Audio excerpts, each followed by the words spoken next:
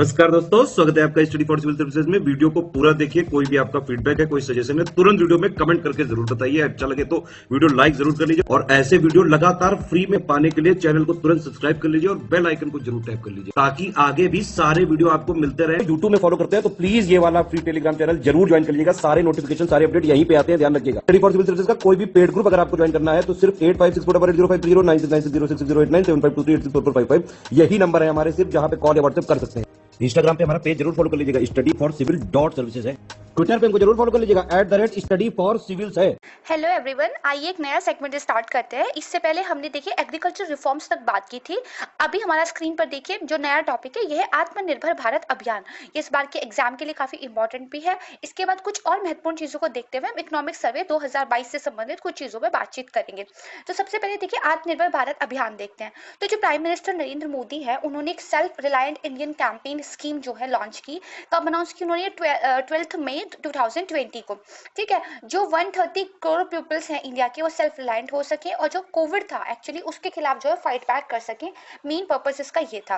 तो जो कंट्री की देखिए इकोनॉमिक कंडीशंस थी वो कोविड के बाद बहुत ज्यादा खराब हो गई थी। तो strengthen the economic conditions of the country in this self reliant India campaign many types of the scheme was started by the central government. उनके बहुत सारी ऐसी योजनाएं थी जो सरकार ने एक पैकेज के रूप में अनाउंस की और उस पैकेज का उन्होंने कम्युलेटिव रूप से जो नेम दे दिया वो आत्मनिर्भर भारत अभियान दे दिया।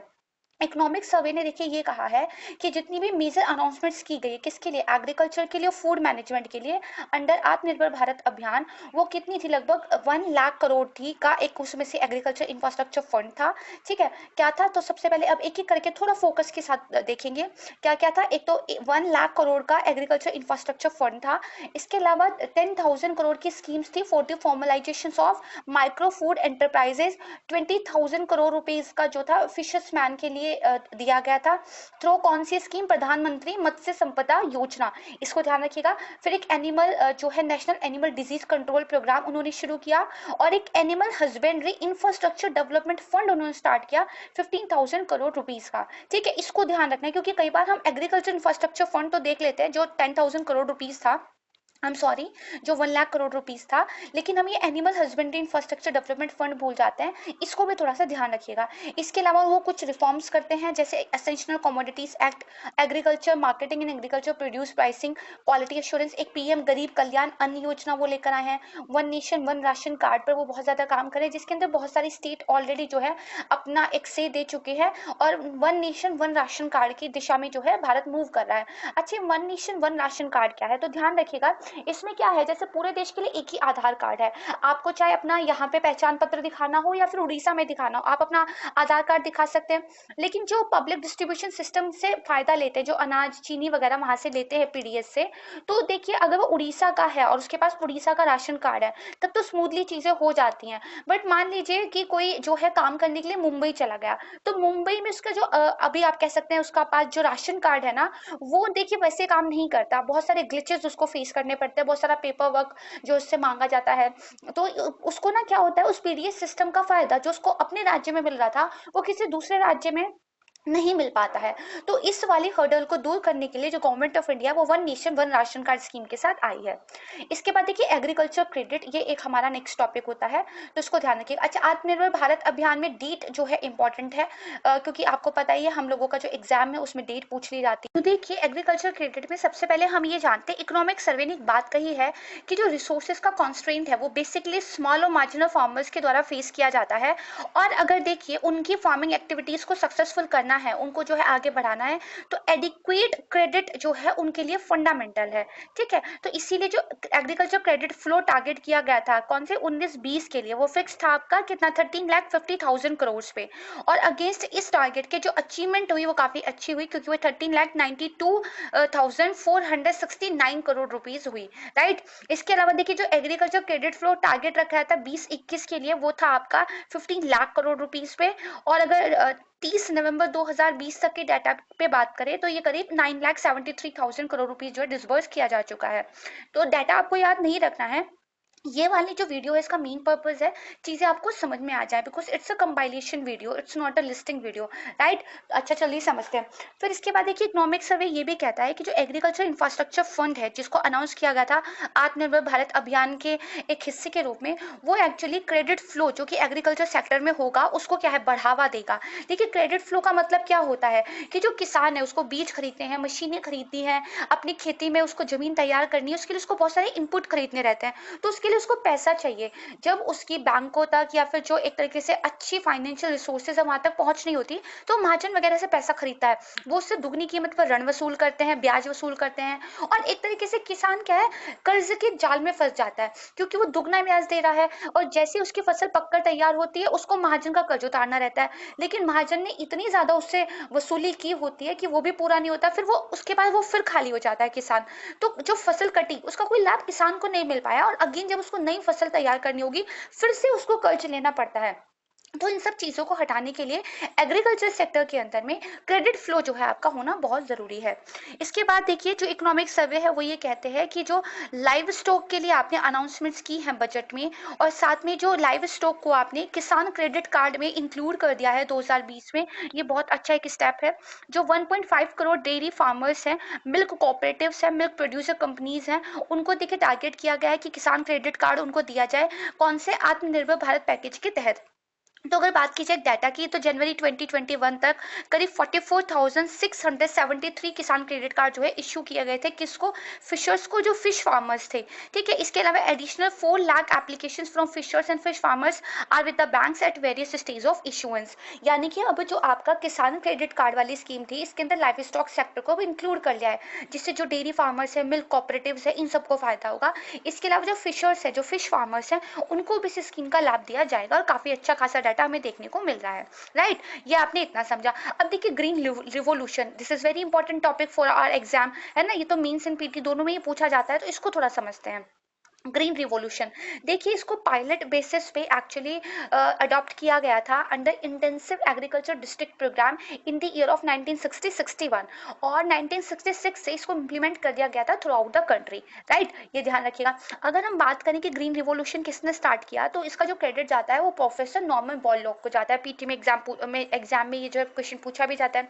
लेकिन अगर इंडिया की बात करें तो इंडिया में जो ग्रीन रिवॉल्यूशन के फादर माने जाते हैं वो है MS स्वामीनाथन, और उन्होंने देखिए क्या कहा था कि मैक्सिको का जो मेथड है एग्रीकल्चर का उसको इंडिया में भी अडॉप्ट किया जाना चाहिए, ये बात उन्होंने कही थी। और इंडिया के एग्रीकल्चर को सेल्फ सफिशिएंट बनाने में उन्होंने एक फाउंडेशन को जो है लीड किया था।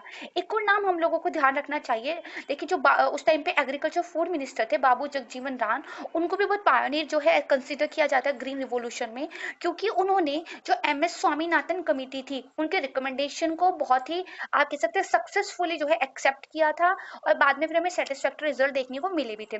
ग्रीन रिवॉल्यूशन का मतलब क्या होता है, ये तो हमने कुछ पर्सन्स की बात की जो इंपॉर्टेंट थे।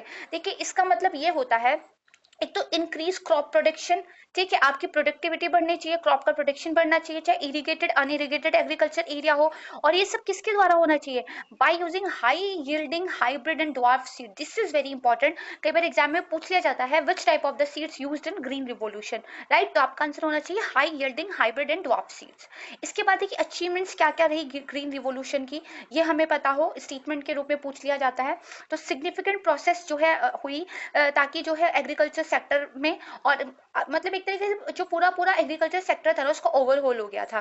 फिर देखिए क्वालिटी इंप्रूवमेंट हुई, जो एग्रीकल्चर की इनपुट्स होते थे, क्यों, क्योंकि हमने अच्छे बीज यूज करने शुरू कर दिया है, और इसकी वजह से क्या है प्रोडक्शन इंक्रीज हो गया, सेल्फ सफिशिएंसी आ गई फूड ग्रेन्स में, जहां हम जो है गेहूं आयात करने की नौबत आ गई थी खाने के लिए भी, वहां आज हम क्या चीजों को एक्सपोर्ट करते हैं, राइट। इसके बाद देखिए कमर्शियल एग्रीकल्चर को इनकरेज किया गया, सिर्फ उतना ही मत उगाइए जितना आप खा लेते हैं, मार्केट में बेचे, वैसा भी सरप्लस होना चाहिए, ठीक है। जो फार्मर्स का एटीट्यूड था उसमें चेंज हुआ, एग्रीकल्चर सरप्लस बढ़ा। तो as a result of green revolution significant change हुआ हमारे प्रोडक्शन में, और टोटल प्रोडक्टिविटी ऑफ क्रॉप्स जिनमें वीट, शुगर केन, मीज और मिलेट्स आते हैं, पर हेक्टेयर इनकी जो है बढ़ी। कौन कौन से, तो ध्यान रखिएगा, जो आपकी चावल थे, उसके अलावा शुगर केन था, मीज मक्का थी, मिलेट्स थे, इनमें काफी इंप्रूवमेंट देखने को मिली। नहीं। अब देखिए एग्रीकल्चर फाइनेंस की बात करते हैं, ठीक है, यानी कि जो कृषि वित्त पोषण है उसकी बात करते हैं। देखिए अगर एग्रीकल्चर सेक्टर को डेवलप करना है तो जो इक्विपमेंट और रिसोर्सेज उसके लिए रिक्वायर्ड है उनको देखिए आपको लेके आना पड़ेगा, और सबके लिए क्या है, फाइनेंस चाहिए, ठीक है, क्या क्या, जैसे सफिशिएंट क्वालिटी और सीड्स हो और सफिशिएंट क्वांटिटी ऑफ सीड्स भी हो, फर्टिलाइजर्स हो, एग्रीकल्चर के जो इक्विपमेंट हैं वो होने चाहिए, इरिगेशन इक्विपमेंट होने चाहिए, और ये राइट टाइम पे मिले। ऐसा ना हो कि फसल बोने का समय तो मान लीजिए था आपका मार्च अप्रैल में, और सामान का बंदोबस्त हो रहा है आपका मई वई में जाके, तब तो फसल का जो सीजन है वही चला जाएगा, ठीक है। तो देखिए एग्रीकल्चर जो फाइनेंस है उसकी डिफरेंट प्रॉब्लम्स है, जैसे आपको क्या है, अलग अलग टर्म पे एग्रीकल्चर लोन्स मिले ये सुनिश्चित करना चाहिए। जैसे शॉर्ट टर्म लोन कई बार चाहिए होता है जो कि लेस देन 15 मंथ होते हैं, कुछ मीडियम टर्म लोन चाहिए होते हैं जिनको आप परचेज ऑफ मशीनरी के लिए करते हैं, भाई मैंने हैप्पी सीडर खरीदना है तो मुझे एटलीस्ट 15 महीने से 5 साल के लिए लोन चाहिए, क्योंकि मशीन थोड़ी महंगी आएगी और मैं एकदम तो चुका नहीं पाऊंगा, ठीक है। इसके बाद अगर मुझे पूरी परमानेंट अपने लैंड में कुछ इंप्रूवमेंट करनी है, कुछ मेजर इन्वेस्टमेंट्स करनी है, तो मुझे लॉन्ग टर्म चाहिए जो कि मोर देन 5 ईयर होते हैं। तो एग्रीकल्चर की जो स्पेसिफिक नीड्स है उनके अकॉर्डिंग अलग अलग टाइप का जो फाइनेंस है वो अवेलेबल होना चाहिए। तो इसमें इतना ध्यान रख लीजिएगा, शॉर्ट टर्म मतलब आपका कितना होगा, लेस देन 15 मंथ, मीडियम कितना होगा 15 मंथ टू 5 ईयर, और जो आपका लॉन्ग टर्म होता है वो मोर देन 5 ईयर होता है। अब इसके बाद देखिए बैंकों की बात करते हैं। अगर हम एग्रीकल्चर की बात करें, फाइनेंस की बात करें, तो बैंक तो जरूरी हो जाता है, रीजनल रूरल बैंक, राइट, इसको ध्यान रखिएगा। तो रीजनल रूरल बैंक स्टैब्लिश किया गया 1975 में, उस टाइम पे एक ऑर्डिनेंस लेके आया गया था। और देखिए जो बैंक होते हैं इनका स्ट्रक्चर ध्यान रख लीजिएगा, इंपॉर्टेंट होता है। 50% इसके अंदर जो कैपिटल होती है वो सेंट्रल गवर्नमेंट के द्वारा इन्वेस्ट की गई होती है, 35% जो होती है वो कमर्शियल बैंक होते हैं, और 15% देखिए जो रिस्पेक्टिव स्टेट गवर्नमेंट है, यानी कि यूपी के अंदर अगर एक रीजनल रूरल बैंक खोल रहे हैं तो 50% उसमें जो पैसा लगाएगी वो केंद्र सरकार लगाएगी, 35% जो है वहाँ के जो कमर्शियल बैंक है वो लगाएंगे, और 15% देखिए वहाँ की राज्य सरकार के द्वारा लगाया जाएगा, ठीक है। ये जो बैंक होते हैं डेडिकेटेड इंस्टीट्यूशन होते हैं रूरल फाइनेंस के लिए, ग्रामीण वित्त पोषण के लिए ही ये स्पेसिफिकली डिजाइन किए गए होते हैं। इसके बाद देखिए क्योंकि ऑर्डिनेंस से लेके आया गया था तो एक रीजनल रूरल बैंक एक्ट 1976 फिर लेकर आया गया, जिसका पर्पस था कि इस बैंक का जो आपने एक तरीके से एक्ट बनाया है या इस ऑर्डिनेंस के जरिए जो आप इसे लेके आए हैं तो इसको फुल प्रूव आप करते, ठीक है। और ये इसके ऑब्जेक्टिविटीज क्या थे, तो देखिए ये जो रूरल इकोनॉमी है जैसे कि एग्रीकल्चर, ट्रेड, कॉमर्स, इंडस्ट्री और साथ में जो अदर प्रोडक्शन एक्टिविटीज है उसके लिए क्रेडिट देता है, ठीक है। स्पेशली कि इनको जो स्मॉल और मार्जिनल फार्मर्स होते हैं, जो एग्रीकल्चर लेबरर्स होते हैं, आर्टिस्ट होते हैं, स्मॉल एंटरप्रेन्योर्स होते हैं, ठीक है, और ये कॉर्पोरेशन जो है एक्टिविटीज में एक तरीके से करवाता है। तो आपने ध्यान रखना है ग्रामीण क्षेत्रों में वित्त पोषण के लिए रीजनल रूरल बैंक जो एक ऑर्डिनेंस के द्वारा लाए गए थे, जिसको बाद में एक एक्ट के द्वारा पावर देती गई, regional rural bank act 1976, right. इसके बाद देखिए दूसरे आते हैं आपके कोऑपरेटिव बैंक। अगर देखिए कोऑपरेटिव बैंक्स क्या होते हैं, एक फंडामेंटल चीज बस ध्यान रख लीजिएगा कि जो सदस्य होते हैं वो आपस में ही पैसा सेव करते हैं और फिर सदस्यों को आपस में ही पैसा देते हैं, मोटे मोटे तौर पर इतना ध्यान रख लीजिएगा। 3 लेवल पे ये होता है, स्टेट कोऑपरेटिव बैंक होते हैं, सेंट्रल कोऑपरेटिव बैंक होते हैं, और फिर एकदम नीचे अगर आप आएंगे लोकल लेवल पर तो प्राइमरी कोऑपरेटिव ऑर्गेनाइजेशंस होते हैं, राइट, समझते हैं। स्क्रीन पर cooperative banks are those banks whose formation and functioning are on the basis of cooperative. In most part of the world, the cooperative banks will deposit pupils' capital, lend money to the pupil. यानी कि सहयोग के आधार पर जो bank काम करते हैं उनमें ज्यादा कागज पत्र वाला काम नहीं, बल्कि सहयोग के आधार पर, कॉपरेशन के आधार पर लोग ही उसमें डिपॉजिट करते हैं, लोगों को ही फिर वो लैंड किया जाता है। मोस्टली क्या होता है, मेंबर्स के थ्रू ये लोग काम करते हैं। तो देखिए 3 टायर होते हैं, ये मैं आपको बता चुकी हूँ, इसको थोड़ा सा ध्यान रखिएगा क्योंकि सेंट्रल कोऑपरेटिव बैंक जो होते हैं। अच्छा एक और चीज ध्यान रखिएगा कि देखिए जो स्टेट के नाम पे है, स्टेट लेवल पे वो तो स्टेट कोऑपरेटिव बैंक है, लेकिन डिस्ट्रिक्ट वाला जो है देखिए इसको सेंट्रल कोऑपरेटिव बैंक बोलते हैं, और फिर लोकल लेवल वाला जो है इसको primary cooperative credit organisation PAC जो है बोलते हैं, ठीक है। तो इसको ध्यान रखिएगा, पीसीसी एक्चुअली ओ बोला जाता है ये। इसके बाद देखिए नेक्स्ट देख लेते हैं, जो स्टेट गवर्नमेंट होते हैं, जो स्टेट गवर्नमेंट के बैंक होते हैं वो डायरेक्टली लिंक नहीं होते कंज्यूमर से, यानी कि जो स्टेट के लेवल पे स्टेट कोऑपरेटिव बैंक्स हैं वो डायरेक्टली कंज्यूमर के साथ लेन देन नहीं करते हैं, बल्कि वो रेगुलेट करते हैं और रीफाइनेंस करते हैं। जो remaining 2 tyre of the banks होते हैं, जो डिस्ट्रिक्ट और लोकल लेवल पर बैंक है ना, उसको ये लोग जो है मैनेज करते हैं। राइट। इसके बाद देखिए आता है इंडस्ट्री सेक्टर, तो इसको देख लेते हैं। देखिए पब्लिक एंटरप्राइजेस इन इंडिया, तो आप जानते हैं जो भारत में पब्लिक एंटरप्राइजेस हैं उनको तीन मोटे मोटे तौर पर कैटेगरीज में डिवाइड किया जाता है। One is Maharatna, Navratna and mini Ratna. Mini Ratna में फर्दर जो है 1 and 2 कैटेगरी होती है, राइट। तो आइए देख लेते हैं। सबसे पहले देखते हैं नवरत्ना। देखिए ये जो पब्लिक अंडरटेकिंग्स की एक क्या है अलग डिस्टिंक्ट क्लास होती है। इस कॉन्सेप्ट को गवर्नमेंट ने जो शुरू किया था तो 1997 में शुरू किया था, ठीक है। और एक्चुअली ये उस तरह के एंटरप्राइजेस होते हैं जिनके अंदर ये पोटेंशियल होता है कि वो इंटरनेशनल लेवल पर जो है आप कह सकते हैं इमर्ज हो सकें, ठीक है। अगर बात करें नवरत्ना कंपनीज की, यहाँ पे नवरत्ना आएगा, तो अभी कितनी है, टोटल 13 है। आइए देख लेते हैं कौन कौन सी हैं। तो देखिए महानगर टेलीफोन नगर निगम लिमिटेड पहली हो गई, भारत इलेक्ट्रॉनिक्स लिमिटेड दूसरी हो गई, हिंदुस्तान एरोनॉटिक्स लिमिटेड, फिर national mineral development corporation limited, फिर रूरल इलेक्ट्रिफिकेशन कॉर्पोरेशन लिमिटेड, उसके बाद नेशनल एल्यूमिनियम कंपनी लिमिटेड, फिर shipping corporation of India limited, then जो आपकी Neyveli lignite corporation India limited है, फिर आपका ऑयल इंडिया लिमिटेड है, और इसके बाद आता है राष्ट्रीय इस्पात निगम लिमिटेड, इंजीनियर इंडिया लिमिटेड, और container corporation of India limited, ठीक है। आई एम सॉरी, यहाँ पे 11 आएगा, देन 12, ठीक है। और एनबीसीसी इंडिया लिमिटेड 13। तो देखिए टोटल 13 हो गई। यहाँ पे इनके फॉर्मेशन ईयर दिए हुए हैं, नोट सो इंपॉर्टेंट, लेकिन हाँ इनके नाम आपको पता होने चाहिए, क्योंकि ऑप्शन में कई बार वो 4 नाम दे देते हैं और पूछते हैं कि इसमें से नवरत्ना कंपनी कौन से नहीं है। तो अगर आपको नाम याद होंगे तो आप उसको जो है कर सकते हैं। तो देखिए नवरत्ना कंपनी के पास क्या एक अच्छा प्रिविलेज होता है कि वो जो इन्वेस्ट है वो 1000 करोड़ रुपए तक कर सकती है।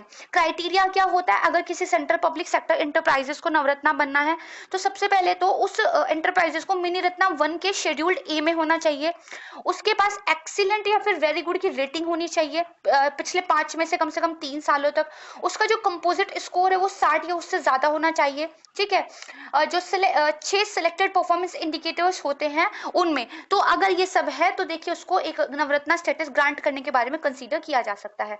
सेकंड जो कैटेगरी होती है वो देखिए महारत्ना की होती है, तो इसको भी देख लेते हैं। देखिए जो नवरत्ना कंपनीज होती है उन्हीं को प्रमोट करके बाद में महारत्ना बना देते हैं। जैसे आप एग्जाम्पल देखेंगे, जो यहाँ पर आपका पावर फाइनेंस कॉर्पोरेशन लिमिटेड है, कंफ्यूज मत होइएगा, इसको पहले नवरत्ना का दर्जा मिला था, बट बाद में इसको 2021 में रिसेंटली ही जो है आप कह सकते हैं प्रमोट करके महारत्ना का जो है दर्जा दे दिया गया है, राइट। तो इसको ध्यान रखिएगा।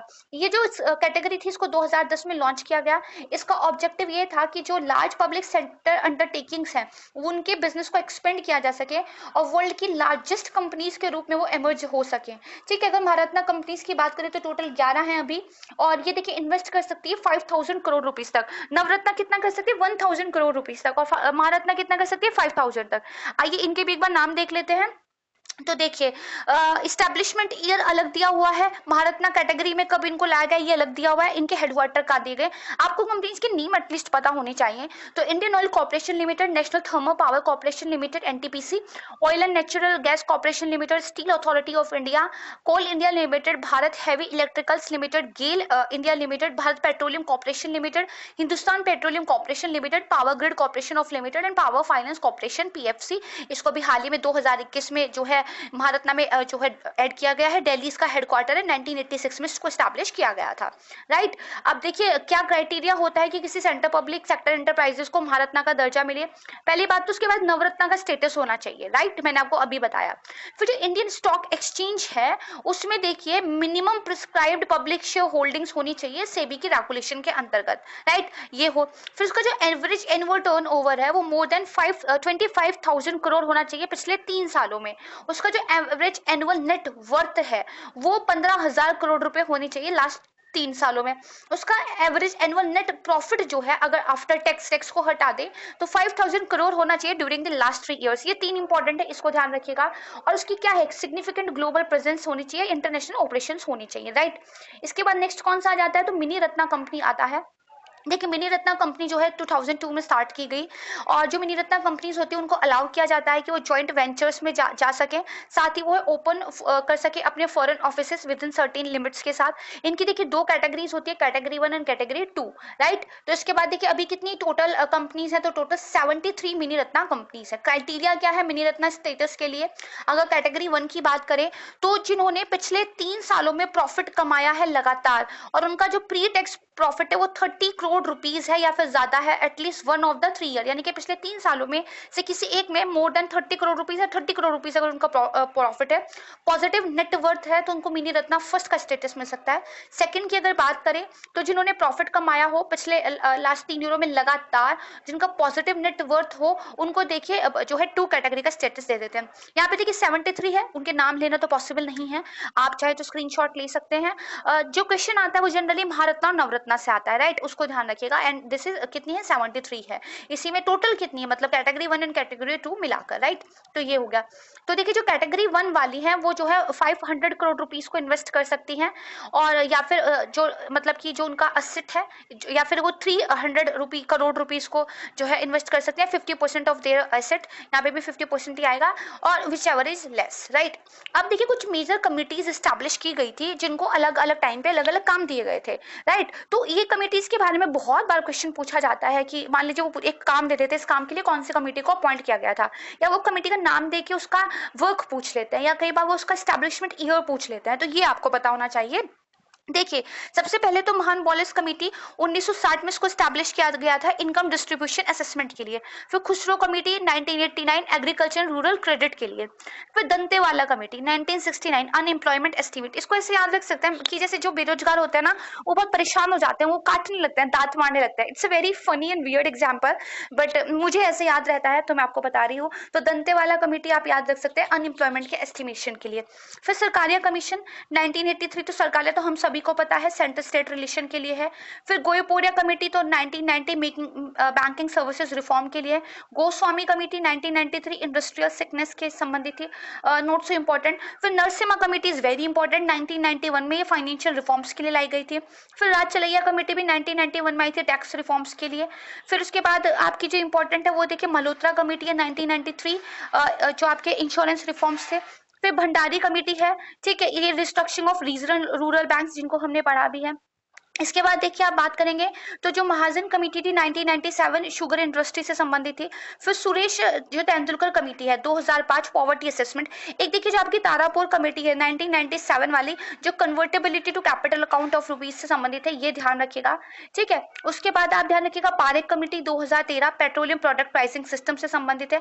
मालेगांव कमेटी को ध्यान रखिएगा 2018 bad loans in the banking sector, right. इसके बाद देखिए कुछ इंपॉर्टेंट बोर्ड है इंडिया में, वो बोर्ड कहाँ स्टैब्लिश है, कहाँ उनका हेडक्वार्टर है, ये क्वेश्चन देखिए जनरली बनता है, तो इसको देख लेते हैं। Coffee board of India Bangalore में है। Rubber board of India Kottayam Kerala में है। Tea board of India Calcutta या कोलकाता वेस्ट बंगाल में है।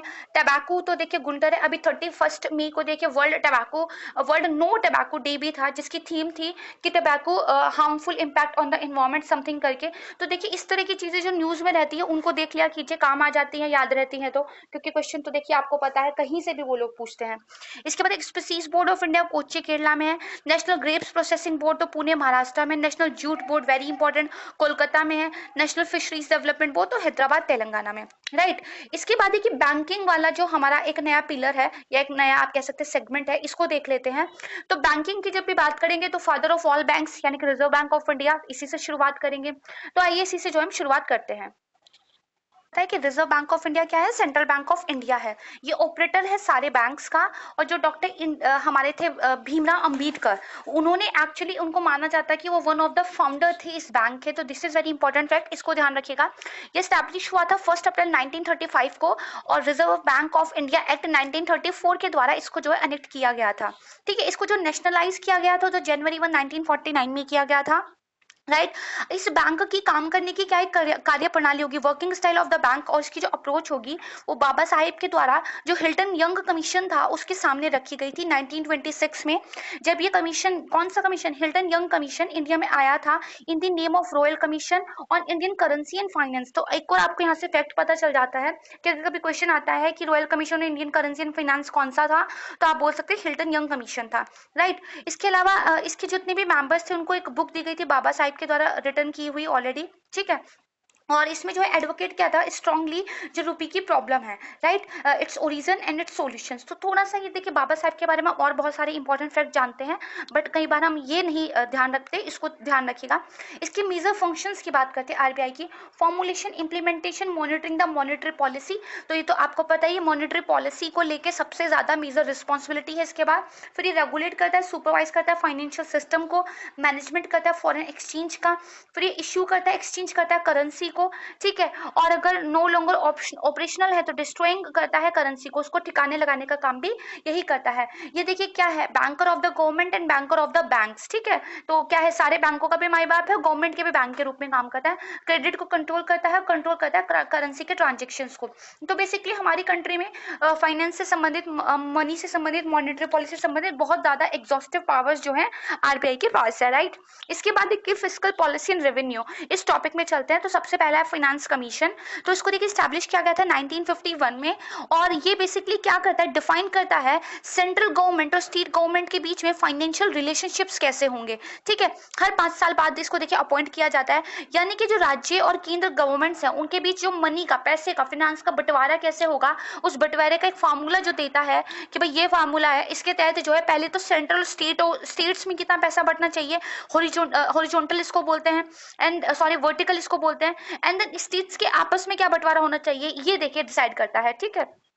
ये क्या है, फाइनेंस कमीशन एक कॉन्स्टिट्यूशनल बॉडी है, संवैधानिक बॉडी है आर्टिकल नंबर 280 के तहत, और एक क्वासी जुडिशियल बॉडी है, राइट। और जो प्रेसिडेंट ऑफ इंडिया है वो उसको कॉन्स्टिट्यूट करते हैं, और ये एक किससे पावर लेता है, तो फाइनेंस एक्ट 1951 से देखिए ये पावर लेता है।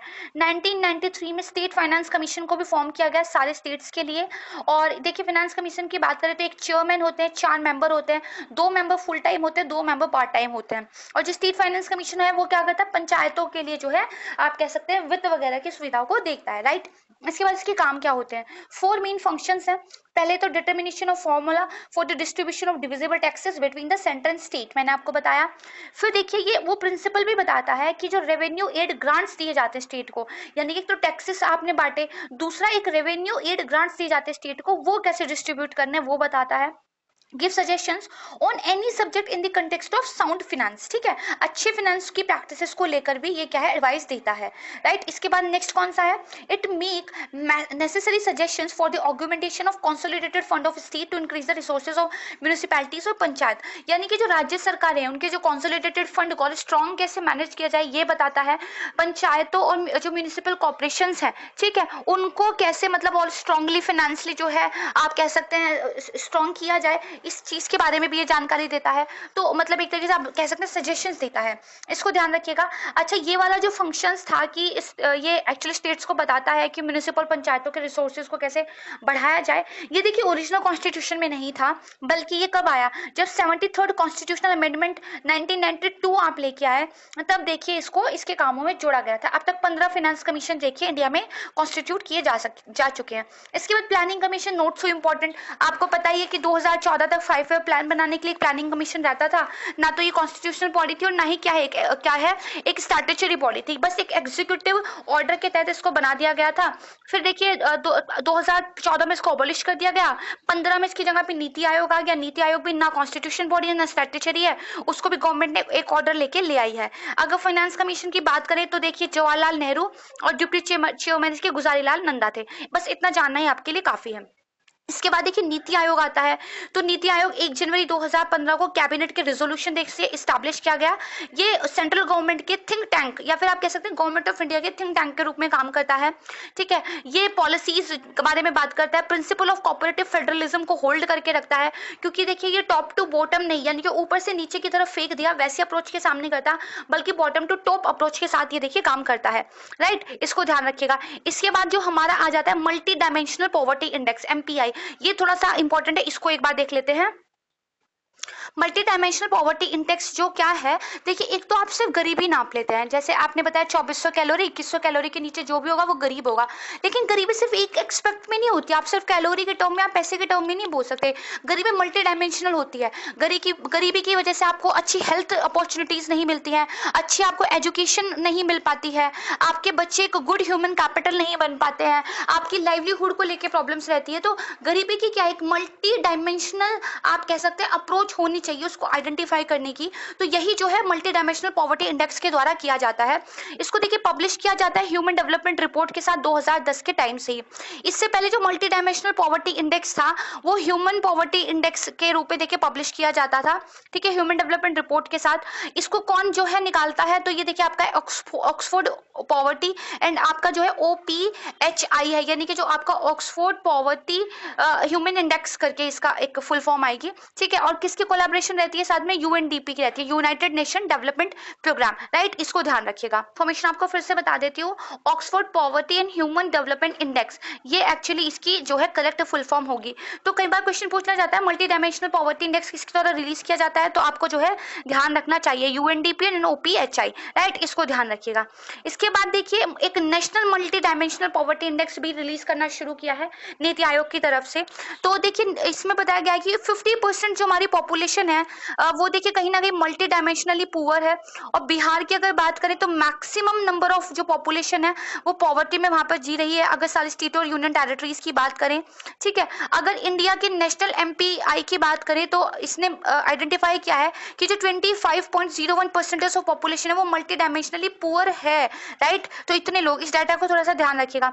तो देखिए हाईएस्ट पुअर स्टेट कौन सी है, तो बिहार है, देन झारखंड एंड तीसरे नंबर पे यूपी आता है।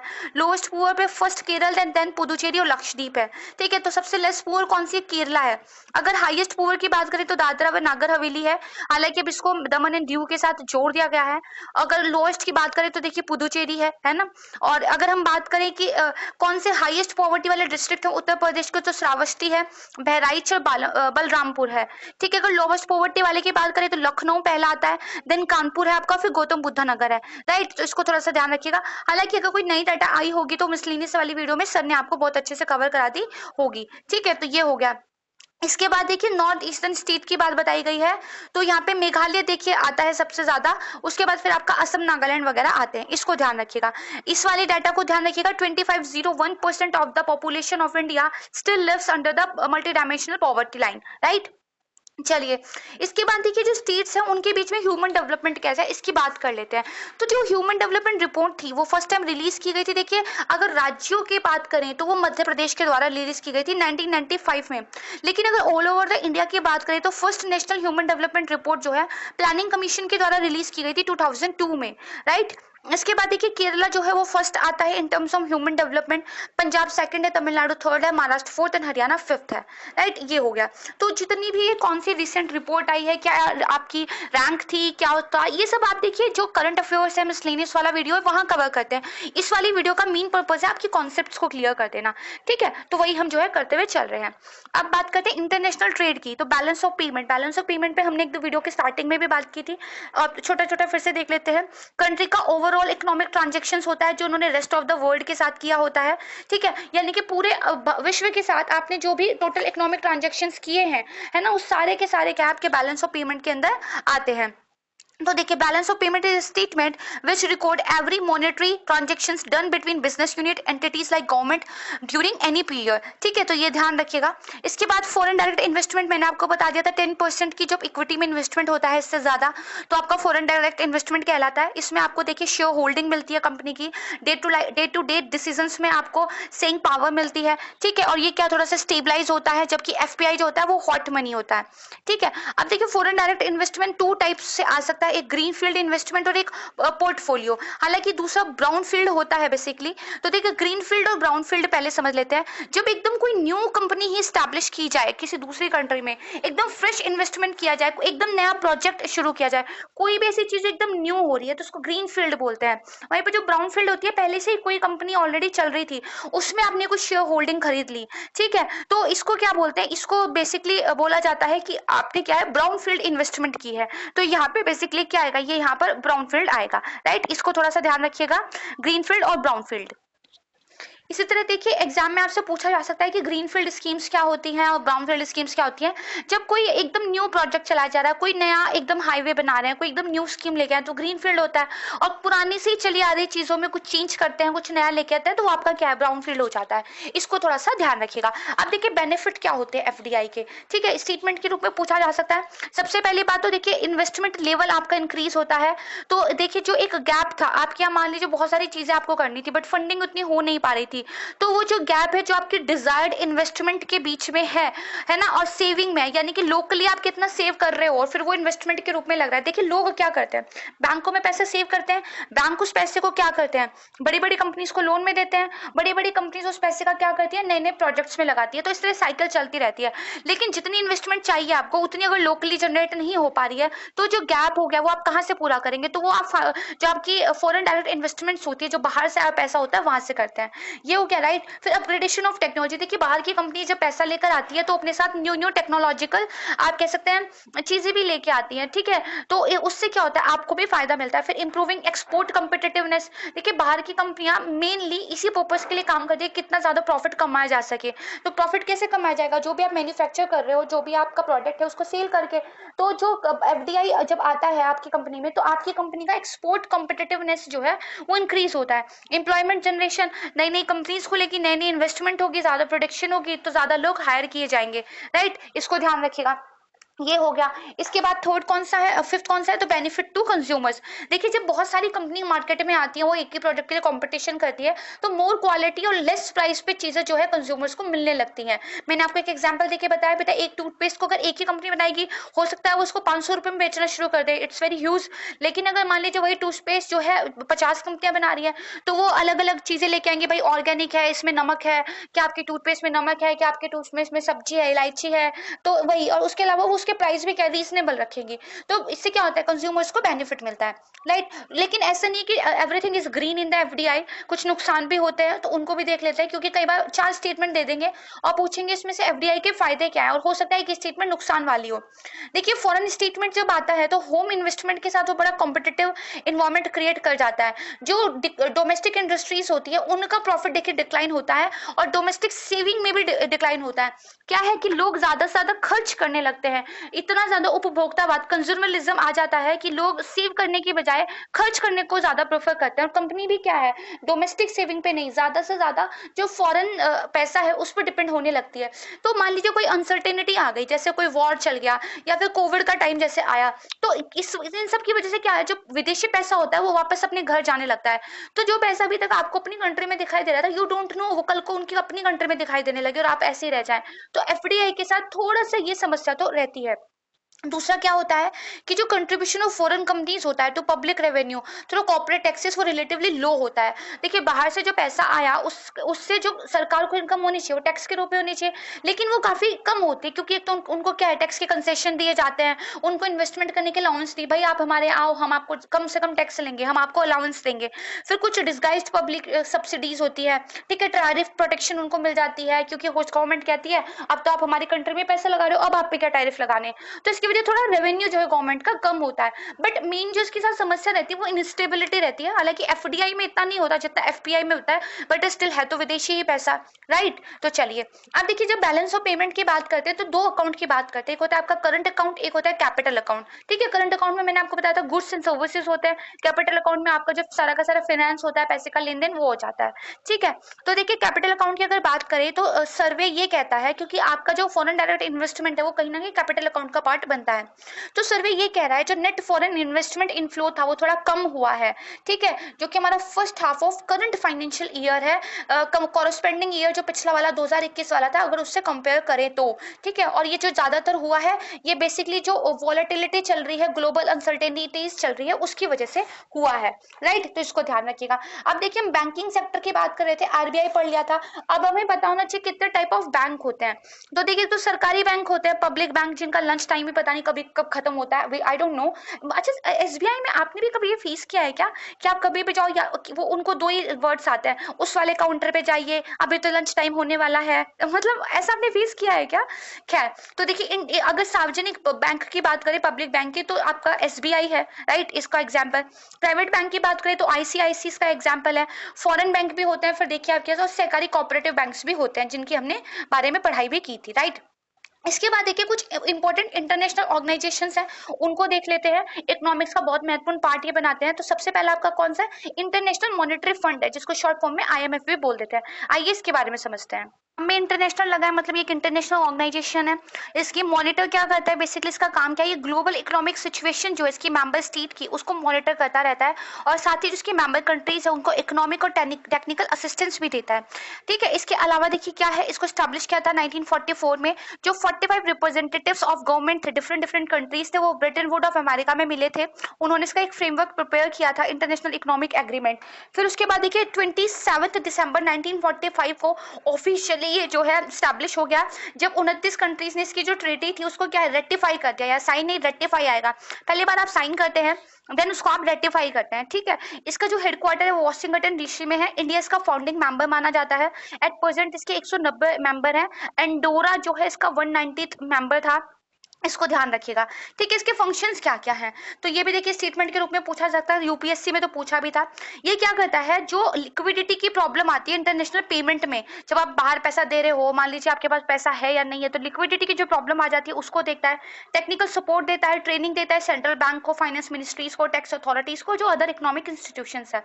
इसके अलावा देखिए ओवरसी करता रहता है इंटरनेशनल मॉनेटरी सिस्टम को, और मॉनिटर करता है इकोनॉमिक और फाइनेंशियल पॉलिसीज इसकी जितने भी मेंबर कंट्रीज हैं। एक्सचेंज रेट को स्टेबलाइज करता है, और दिस इज वेरी इंपॉर्टेंट, इसको ध्यान रखिएगा कि देखिए लेंडिंग टू कंट्रीज करता है to address the balance of payment. अगर शॉर्ट टर्म के लिए आप जो विश्व के साथ व्यापार करो, तो जो आपका बैलेंस ऑफ पेमेंट है उसमें अगर कुछ मिसमैनेजमेंट हो गया, तो शॉर्ट टर्म के लिए ये आपको लोन भी देता है। यूपीएससी में पूछा जा चुका है ऑलरेडी, कभी भी यूपीपीसीएस में वो पूछ सकते हैं, तो इसको ध्यान रखिएगा। अब देखिए इसकी मेंबरशिप कैसे मिलती है, तो क्या एलिजिबिलिटीज हैं। तो एक तो आपको क्या है, वर्ल्ड बैंक का मेंबर होना चाहिए फर्स्ट। दूसरा क्या है, आपको जो कोटा दिया गया, भाई इतना पैसा आप जमा कर दो, राइट, हमेशा तो पैसे की बात होती है। तो deposit of prescribed contribution quota to the IMF, इसको ध्यान रखिएगा। ठीक है, तो ये हो गया। इसके बाद देखिए जब हमने वर्ल्ड बैंक की बात कर ली, तो वर्ल्ड बैंक भी देख लेते हैं। तो world bank is not a single organisation, actually it's a group of 5 organisations, तो इसलिए इसको वर्ल्ड बैंक ग्रुप बोलते हैं एग्जैक्टली। तो इसके अंदर कौन कौन सी 5 ऑर्गेनाइजेशंस हैं।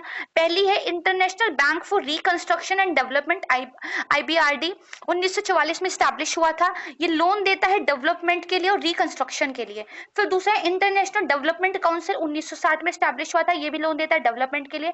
फिर इंटरनेशनल फाइनेंस कॉर्पोरेशन, आईएफसी, 1956 में स्टैब्लिश हुआ, ये प्राइवेट सेक्टर को लोन देता है। This is very important. कई बार हमें लगता है ना कंट्रीज को लोन देते हैं, डेवलपमेंट कंट्रीज के लिए काम करते हैं, लेकिन देखिए प्राइवेट सेक्टर को भी लोन देने का एक mechanism World Bank of group में है, that is International Finance Corporation, right. इसके बाद Multilateral Investment Guarantee Association, MIGA, 1988 में हुआ था, investment for non trading risk. ठीक है, फिर एक आपका है International Organisation for Settlement of जो इन्वेस्टमेंट डिस्प्यूट्स होते हैं। ठीक है, तो 1966 में ये देखिए एस्टैब्लिश हुआ था, ये सेटलमेंट क्या करता है, डिस्प्यूट्स को, राइट। अब डब्ल्यूएचओ देख लिया, I am sorry, world bank देख लिया। अब देखिए डब्ल्यूटीओ यानी कि आपका वर्ल्ड ट्रेड ऑर्गेनाइजेशन, इसको भी देखते हैं। देखिए जो वर्ल्ड ट्रेड ऑर्गेनाइजेशन था वो स्टैब्लिश हुआ जनवरी 1, 1995 में। इसका हेडक्वार्टर है जेनेवा, स्विट्जरलैंड में। प्रेजेंटली 164 मेंबर्स हैं, और जो अफगानिस्तान था वो देखिए 164th member of the WTO अभी रिसेंटली बना था।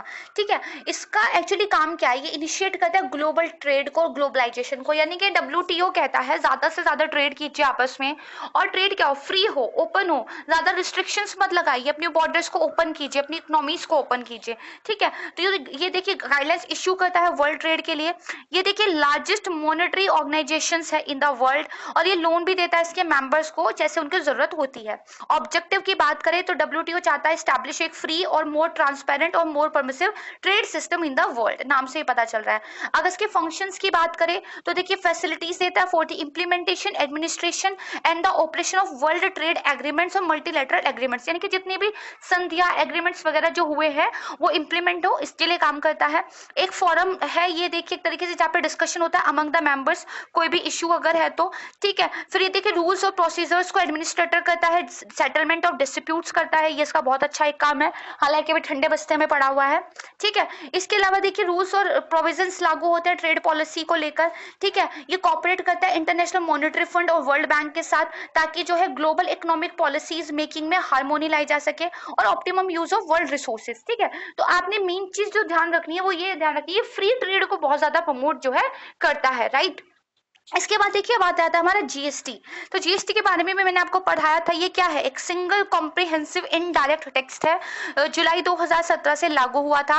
और ये देखिए जो है मतलब ये लगता है on the supply of goods and service from the manufacture service providers to the consumer. एक वर्ड ये ध्यान रखिएगा, डेस्टिनेशन बेस्ड टैक्स है। देखिए पहले क्या होता था, कार जहाँ पे मैन्युफैक्चर हो रही है टैक्स वहां लगता था, लेकिन अब कार जहाँ पे बिक रही है ये वहां पे टैक्स लगता है। जहाँ पे कार मैन्युफैक्चर हो रही है उसको सोर्स बेस्ड टैक्स सिस्टम कहते हैं, लेकिन जहां कार बिक रही है वहां पर अगर अब टैक्स लगेगा तो उसको डेस्टिनेशन बेस्ड टैक्स सिस्टम जो है बोलते हैं। इसको ध्यान रखिएगा।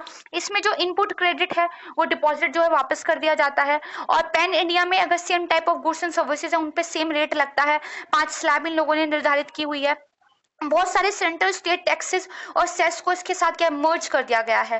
ठीक है, तो आइए देखिए कौन कौन से टैक्स मर्ज हो गए हैं जीएसटी के अंदर। सेंट्रल टैक्स में देखिए central exercise, additional exercise duty, service tax, ठीक है, additional custom duty, special additional custom duty, surcharges and cess. कुछ ठीक है, कुछ अभी भी लगते हैं, जैसे एग्रीकल्चर इंफ्रास्ट्रक्चर वाला अभी भी लगता है, हेल्थ वाला अभी भी लगता है। ठीक है, कुछ अभी भी लगते हैं, कुछ जो है इन्होंने इसके अंदर मर्ज कर दिए है। अगर स्टेट की बात करें तो state value addition tax, VAT, फिर एंटरटेनमेंट टैक्स, ठीक है, जिसमें से कुछ को हटा दो जो लोकल बॉडीज के द्वारा लगाए जाते हैं। सेंट्रल सेल्स टैक्स जो कि लिवाई किया जाता था सेंटर के द्वारा बट कलेक्ट किया जाता था स्टेट के बाद। फिर एक ऑक्टोरोई और एक एंट्री टैक्स होता है। एक्चुअली जब जो म्यूनिसिपल बॉडी वगैरह होती है ना, तो सिटीज वगैरह में जब कोई चीज एंटर करती है तो उस टाइम पे जो टैक्स लगता है ना उसको ऑक्टोरोई बोलते हैं, राइट। उसके बाद देखिए purchase tax, luxury tax, tax on lotteries, batting and gambling, ये कुछ टैक्स हैं जो इसके अंदर आप कह सकते हैं मर्ज कर दिए गए हैं, राइट। अब इसके बाद एक देखिए आपने सुना होगा एनसीआर एरिया, दिल्ली के आसपास के एरिया को क्या बोलते हैं? एनसीआर बोलते हैं। कई बार पेपर में से क्वेश्चन किस तरह का बनता है, वो एक्चुअली आपको 4 डिस्ट्रिक्ट के नेम दे देंगे और उनमें से पूछ लेंगे कि इनमें से कौन सा एनसीआर के अंदर नहीं आता है, राइट। तो ये थोड़ा सा हमें पता होना चाहिए। एनसीआर क्या है? एक यूनिक एग्जाम्पल है इंटर स्टेट रीजनल प्लानिंग और डेवलपमेंट ऑफ ए रीजन, यानी कि ये एक ऐसा एरिया है जहां अलग अलग राज्यों की डिस्ट्रिक्ट पड़ती है लेकिन मिलके जो है उनको ऑर्गेनाइज किया जा रहा है। तो it's an very unique example. इसके कोर में दिल्ली रहती है और चारों तरफ इसका क्या है? एनसीआर का रीजन होता है। तो ये जो एनसीआर है ये कवर करता है होल एनसीटी दिल्ली को, सर्टेन डिस्ट्रिक्ट्स ऑफ हरियाणा को, उत्तर प्रदेश को, राजस्थान को, और कम से कम कवर करता है एरिया 55,083 स्क्वायर किलोमीटर्स का। अब इसकी थोड़ी सी डिटेल देख लेते हैं। तो देखिए हरियाणा की कौन कौन सी, माफ कीजिएगा, हरियाणा की कौन कौन सी डिस्ट्रिक्ट इसके अंदर में आती हैं? तो फरीदाबाद, गुरुग्राम, नुहू, रोहतक, सोनपत, रेवाड़ी, ठीक है, झंझर, फिर उसके बाद पानीपत, पलवल, भिवानी, चक्की दादरी, चरखी दादरी, ठीक है, महेंद्रगढ़, जिंद और करनाल। टोटल कितनी? 14 स्टेट इसके अंदर आती हैं। इसके बाद यूपी का देखते हैं तो मेरठ, गाजियाबाद, गौतम बुद्ध नगर, बुंदेलशहर, बागपत, हापुड़, शामली और मुजफ्फरनगर, टोटल 8 डिस्ट्रिक्ट्स आती हैं। राजस्थान की देखिए केवल 2 आती है, अलवर और भरतपुर, और दिल्ली का तो देखिए होल ऑफ एनसीएनटी रीजन जो है आता है, राइट। इसको ध्यान रखिएगा। देखिए जो 1985 था इसमें अनेक्ट किया गया था national capital regional planning board act, ठीक है, जिसमें यूनियन पार्लियामेंट ने ये किया था। और इसको देखिए पार्टिसिपेटिंग जो स्टेट्स है उनके साथ मिलकर उन्होंने बनाया था, हरियाणा, राजस्थान, उत्तर प्रदेश, और इससे मिलाकर फिर उन्होंने एक एनसीआर प्लानिंग बोर्ड को जो है कॉन्स्टिट्यूट किया था। लेटेस्ट डिस्ट्रिक्ट जो ऐड हुई है वो शामली हुई है 2017 में, ठीक है। अगर एनसीआर की बात करें तो 3 स्टेट है, 1 यूनियन टेरिटरी है और 23 डिस्ट्रिक्ट्स हैं, ठीक है, इसको ध्यान रखिएगा। चलिए उसके बाद देखिए जो आपका 20th लाइव स्टॉक सेंसस है इसके बारे में थोड़ी सी बात कर लेते हैं। Every data is not so important but हाँ कुछ डाटा इंपॉर्टेंट होते हैं, उनको देखना चाहिए।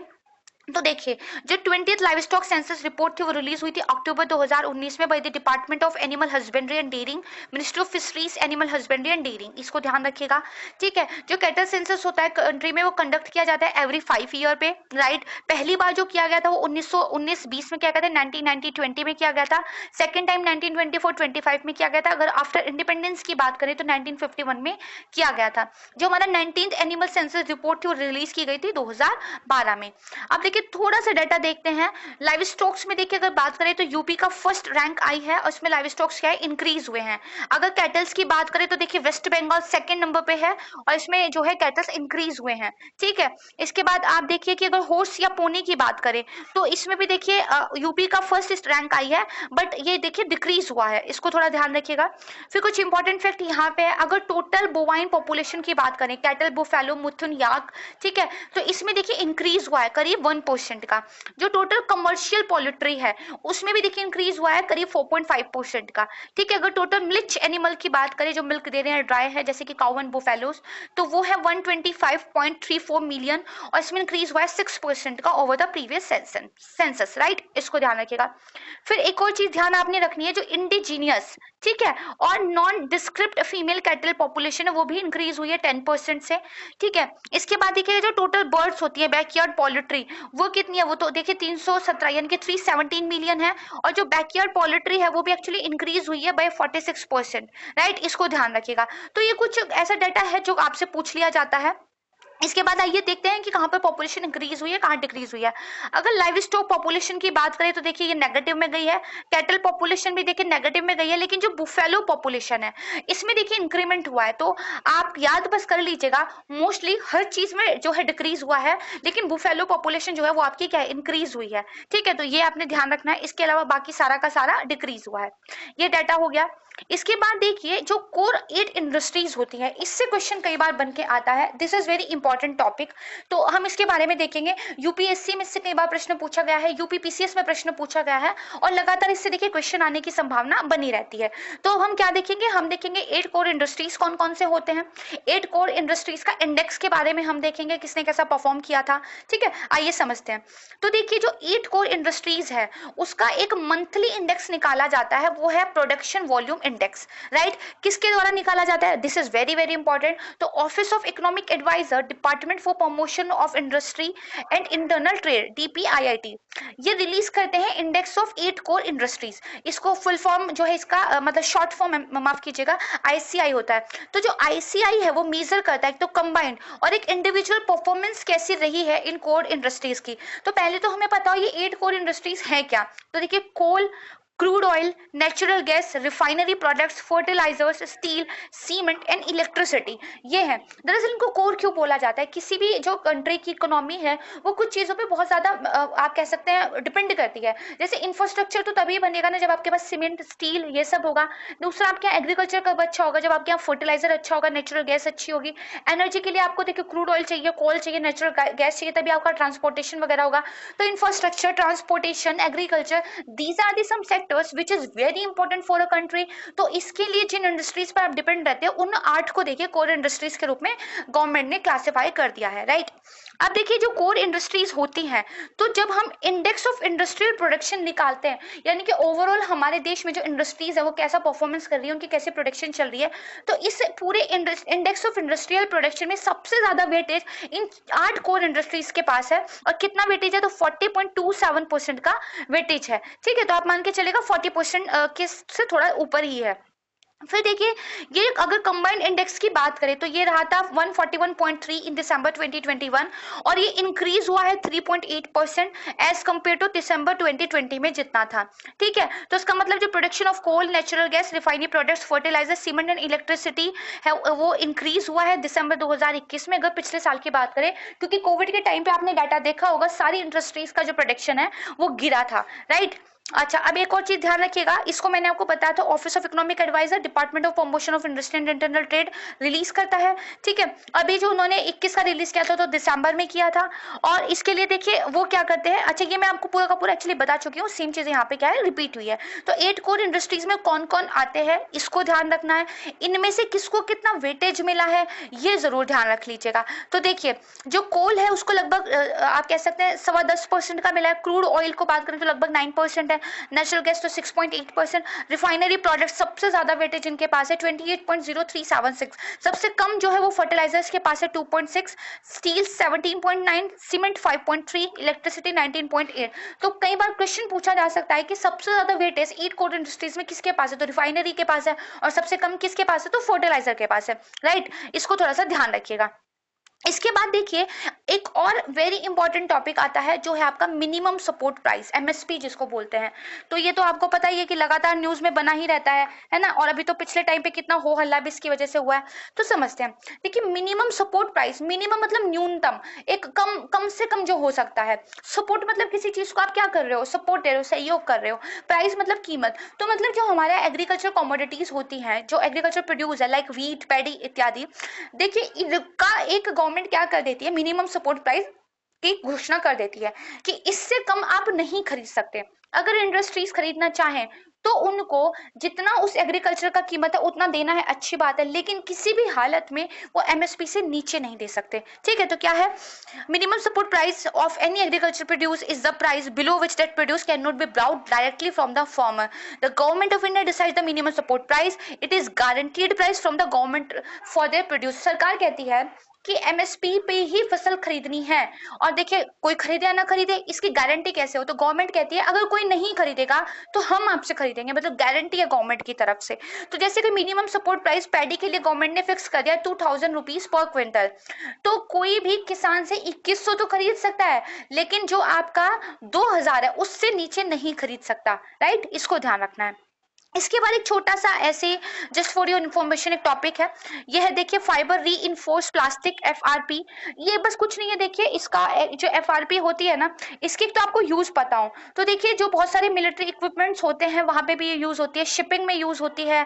इसके अलावा आप रखेंगे तो जो एयर स्पेस होता है वहां पर भी ये यूज होती है। ठीक है, ये सब ध्यान रखिएगा। इसके अलावा आपने देखिए ध्यान रखना है कि ये जो आपकी फाइबर रीइंफोर्स प्लास्टिक है ना, ये देखिए क्या है, इसकी हाई ड्यूरेबिलिटी होती है, स्टिफनेस होती है, इसकी क्या है, फ्लेक्सिबल स्ट्रेंथ होती है, कोरोजन की रेजिस्टेंस होती है। ठीक है, और यूज कहाँ कहाँ होते हैं, हाईवे को मैन्युफैक्चर करने में, ठीक है, साइन बोर्ड बनाने में, ड्रेनेज सिस्टम बनाने में, ऑटो स्काईवे में, पोल्स में, पाइपलाइन ऑफ गैस वाटर और सीवेज वगैरह बनाने में, तो इसको बस ध्यान रखिएगा। अच्छा, अब इसको बनाते कहते हैं कैसे, ये कंपोजिट मटेरियल होता है, यानी कि मिक्स ऑफ थिंग्स होता है। तो इसमें देखिए पॉलीमर मैट्रिक्स जो है उसको रीइंफोर्स किया जाता है फाइबर के साथ। मतलब आप ये समझिए, एक तो होती है पॉलीमर की मैट्रिक्स, दूसरे इसमें कुछ फाइबर होते हैं, वो फाइबर ग्लास के भी हो सकते हैं, कार्बन के भी हो सकते हैं, ठीक है, बसाल्ट के भी हो सकते हैं, और अगर रेयरली देखा जाए तो पेपर वुड और एस्बेस्टस के भी हो सकते हैं। राइट, और जो पॉलीमर होता है वो देखिए एपॉक्सी, विनाइल ईस्टर या पॉलिस्टर थर्मोसेटिंग प्लास्टिक हो सकती है। बस इतना ही, बहुत ज्यादा इंपॉर्टेंट नहीं है, थोड़ा सा आप ध्यान रख लीजिएगा। इसके बाद एक अनदर स्कीम आती है वेरी इंपॉर्टेंट, पीएम आशा, इसको शॉर्ट फॉर्म में बोलते हैं, और अगर मतलब फुल फॉर्म दे तो प्रधानमंत्री अन्नदाता आय संरक्षण योजना इसको जो है बोला जाता है। इंग्लिश में बोलेंगे तो प्रधानमंत्री अन्नदाता इनकम प्रोटेक्शन कैंपेन है। तो देखिए इसको पीएम आशा बोलते हैं, एक अम्ब्रेला स्कीम है, मतलब कि ज्यादा कॉम्प्रिहेंसिव है, इसके अंदर फर्दर सब पार्ट्स होंगे। और देखिए सितंबर 2018 में गवर्नमेंट की तरफ से इसको लॉन्च किया गया था। क्यों लॉन्च किया गया था, प्रमोट करना प्रो फार्मर इनिशिएटिव्स। ठीक है, और बेसिकली जो अन्नदाता है, हमारे किसान है, फार्मर्स है, उनके प्रति कमिटमेंट डेडिकेशन को बनाए रखना। ठीक है, और इसको जो है आप कह सकते हैं जो यूनियन कैबिनेट जिसको चेयर की थी प्राइम मिनिस्टर ने, उन्होंने बेसिकली अनाउंस किया था। इसका ऑब्जेक्टिव क्या है, तो ये स्कीम इंश्योर करती है, माफ कीजिएगा स्क्रीन एक्चुअली कई बार प्रॉब्लम क्रिएट कर देती है। राइट, हाँ, तो जो इंश्योर करना remunerative prices to the farmer for their produce as announced in the Union Budget of 2018, यानी कि जो किसान है उनको उनके प्रोड्यूस का अच्छा प्राइस मिले, रिम्यूनरेटिव प्राइस मिले, ये सुनिश्चित करना गवर्नमेंट का इनिशिएटिव है। तो मैंने आपको बताया था ये अम्ब्रेला स्कीम है, मतलब इसके अंदर सब स्कीम्स काम कर रही है, पायलट बेसिस पे भी चल रही है। पहली है प्राइस सपोर्ट सिस्टम, तो देख लेते हैं ये क्या है। ठीक है, तो देखिए प्राइस सपोर्ट क्या है, ये कॉम्बिनेशन है मिनिमम प्राइस का, जैसे कि price floor and government purchase of any surplus. ठीक है, देखिए इसमें क्या करती है गवर्नमेंट, एक बेसिक प्राइस फ्लोर बता देती है, एक मिनिमम प्राइस बता देती है, इस पे जो है आप इसको खरीद लीजिए। इसके बावजूद भी अगर कुछ बच जाता है सरप्लस तो उसको जो है गवर्नमेंट खरीदेगी, आपका प्रोड्यूस वेस्ट नहीं जाएगा, उसको उसकी कीमत मिलेगी, अगर सरप्लस है तो सरकार के द्वारा वो खरीदा जाएगा। राइट, दूसरा क्या है, तो दूसरा इसका प्राइस डिफरेंस पेमेंट प्लान, इसको भी देख लेते हैं। ये देखिए ये डिफरेंस होता है between the support and the market price can instead simply be paid in cash to the farmers. मान लीजिए गवर्नमेंट ने कहा भाई 2000 पर क्विंटल चावल जो है बिकेंगे, लेकिन जो बिके वो 1500 पर क्विंटल बिके, तो जो 500 रुपए का गैप है उसको कैश के रूप में डायरेक्ट आपके अकाउंट में गवर्नमेंट देगी। राइट, तो इसलिए क्या है, डिफरेंस पेमेंट है। फिर तीसरा वाला देख लेते हैं। तीसरा वाला देखिए private purchase and storage schemes है।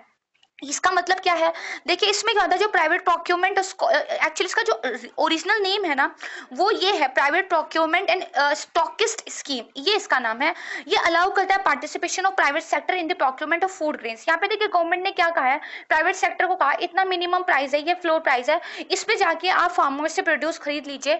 और मान लीजिए अगर आप क्या किसी वजह से मार्केट का रेट उतना नहीं है जितना हमने कहा, उतना मार्केट में रेट चल ही नहीं रहा, तो बीच में जो गैप होगा उसको खरीदने की जो आपकी की खर्चा आएगी वो सीधे जो है सरकार कंपनीज को दे देगी। ठीक है, तो ये इस तरीके से चलेगा। तो बेसिकली गवर्नमेंट के एम क्या क्या है इसके तहत, तो गवर्नमेंट का एम है सेल्फ सफिशिएंसी लेके आना, प्रोडक्शन ऑफ पल्सेस। साथ में एक स्पेशल खरीफ स्ट्रैटेजी प्रिपेयर की गई है जिसको खरीफ 2021 सीजन से जो है वो इम्प्लीमेंट कर रहे हैं, ताकि जो तूर मूंग और उड़द है इन दालों का अंदर जो एक्सपेंशन का एरिया है, जो एरिया उसका एक्सपेंशन किया जाए, प्रोडक्टिविटी को इंक्रीज किया जाए।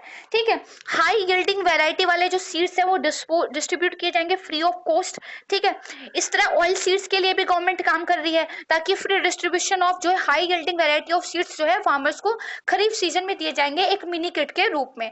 ठीक है, इसको ध्यान रखना है। और गवर्नमेंट का एक टारगेट है कि वो एडिशनल 6.37 लाख हेक्टेयर एरिया को जो है अंडर ऑयल सीड्स लेकर आएगी। ठीक है, तो मतलब सरकार दाल हो गई, ऑयल सीड्स हो गए, पल्सेस की सीरियल्स हो गए, इन सब के अंदर कहीं ना कहीं कुछ ना कुछ काम कर रही है।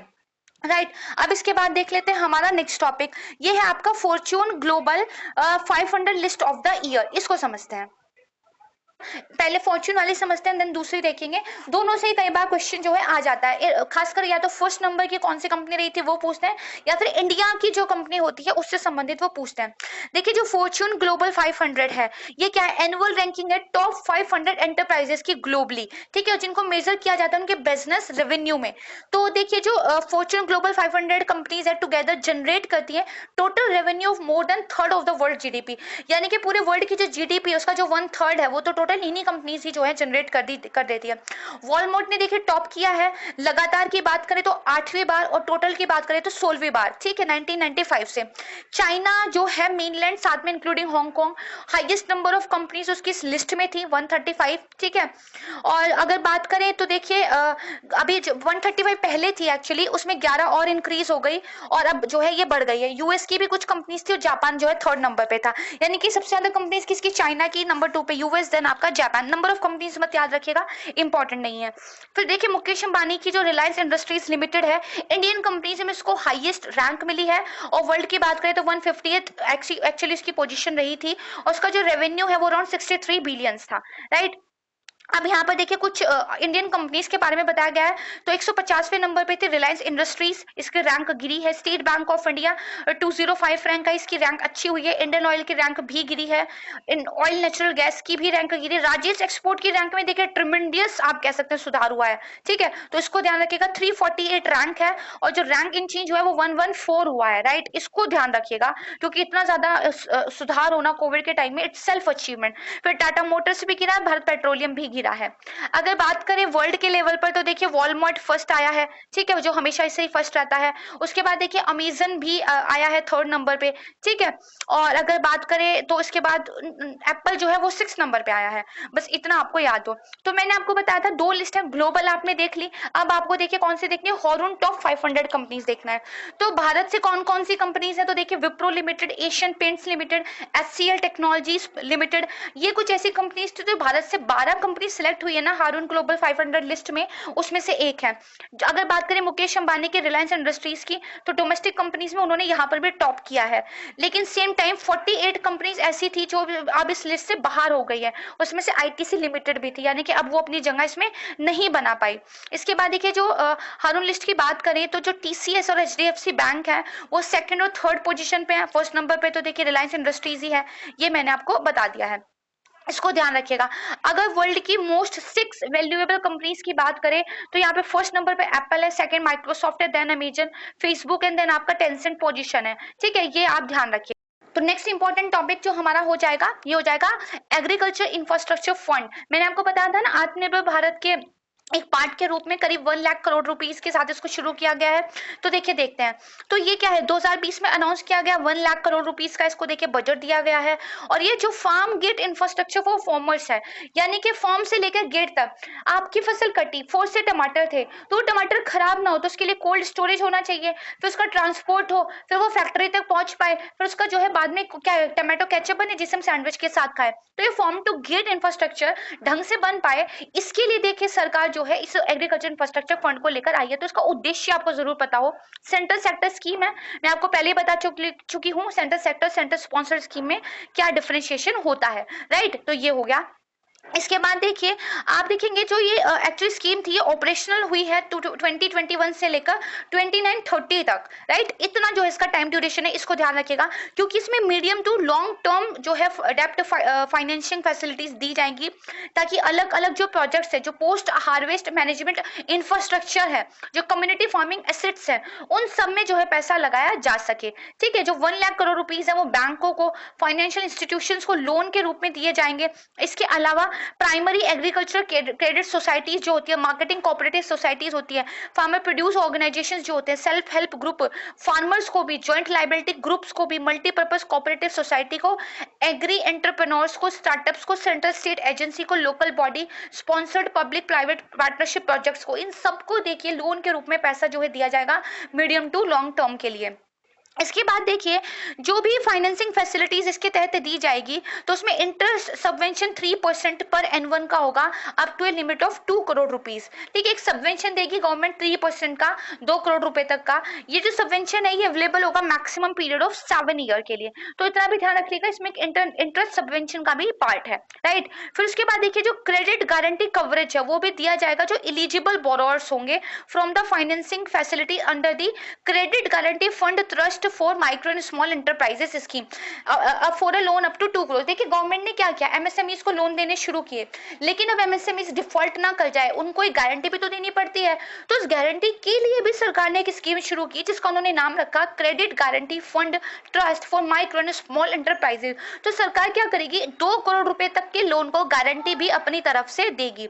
इसके लिए उन्होंने देखिए मेमोरेंडम ऑफ अंडरस्टैंडिंग साइन किया है 12 पब्लिक सेक्टर बैंक के साथ और 11 जो है प्राइवेट सेक्टर बैंक के साथ, राइट। ये हो गया। अब इसके बाद जो नेक्स्ट सेगमेंट होगा, इसमें हम इकोनॉमिक सर्वे के बारे में पढ़ेंगे। आज का सेशन यहीं पे एंड करते हैं, तब तक आप भी एक ब्रेक ले लीजिए, मैं भी चाय पी लेती हूँ। बहुत जल्दी मिलते हैं नए सेगमेंट के साथ। Thank you so much.